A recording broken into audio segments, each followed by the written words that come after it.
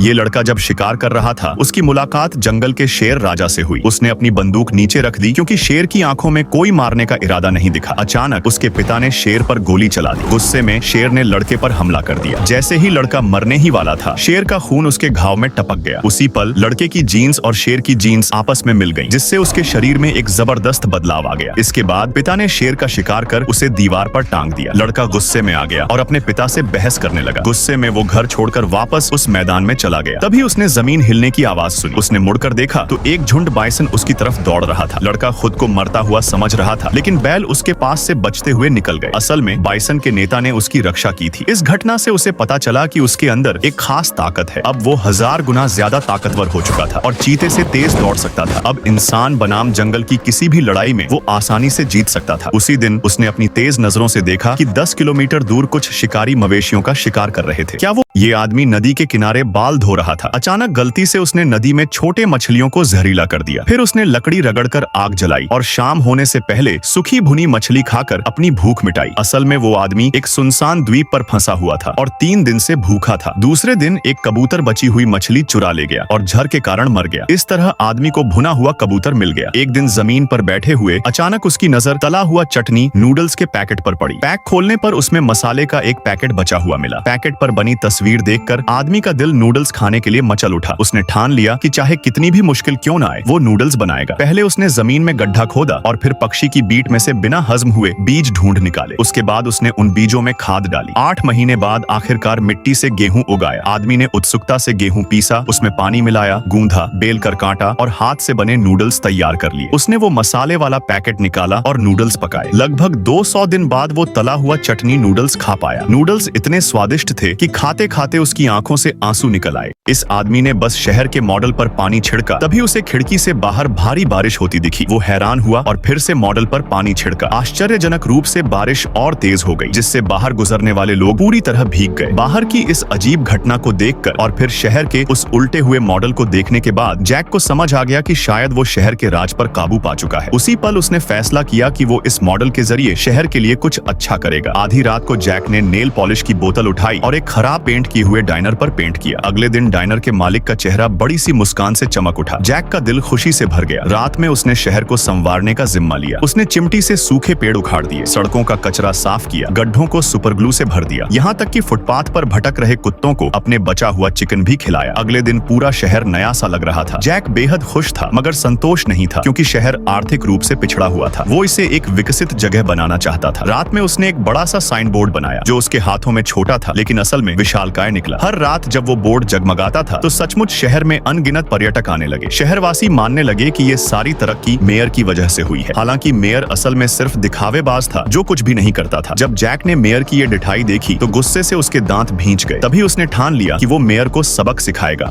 हर सुबह ये आदमी एक कटोरी इंस्टेंट नूडल्स बनाता है, लेकिन ये नूडल्स खाने के लिए नहीं होते। वो अपने फोन से उसकी तस्वीर खींचता है और सोशल मीडिया पर पोस्ट करता है, ताकि ये भ्रम बनाए रखे कि वो अब भी जिंदा है। पिछले 8 साल से वो ये आदत निभा रहा है। सिर्फ इसी तरह वो फोन के पीछे बैठे माता पिता को सुकून दे पाता है, क्योंकि वो फोन का असली मालिक नहीं है। असली मालिक को तो उसने अपनी इच्छाएं पूरी करने के लिए बहुत पहले मार डाला था। पिछले 8 साल में उसने 8 औरतों की हत्या की है। हैरानी की बात यह है कि पुलिस उसे कभी पकड़ नहीं पाई। असल में वो एक फोन रिपेयर टेक्नीशियन है। जब भी उसे किसी औरत का खोया हुआ फोन मिलता है तो वो तुरंत एक वॉइस चेंजिंग ऐप की मदद से फोन की मालिक से संपर्क करता है और उन्हें फोन लेने आने के लिए कहता है। लेकिन उनके आने से पहले वो जानबूझकर फोन की स्क्रीन तोड़ देता है। फिर जब मालिक वहां पहुंचती है तो वो स्क्रीन रिप्लेसमेंट का बहाना बनाकर एक सर्विस एग्रीमेंट निकालता है और उन्हें पासवर्ड लिखने के लिए कहता है। उन्हें अंदाजा भी नहीं होता कि जैसे ही वो पासवर्ड लिखती हैं, उनकी जिंदगी एक भयानक सपने में बदलने वाली है।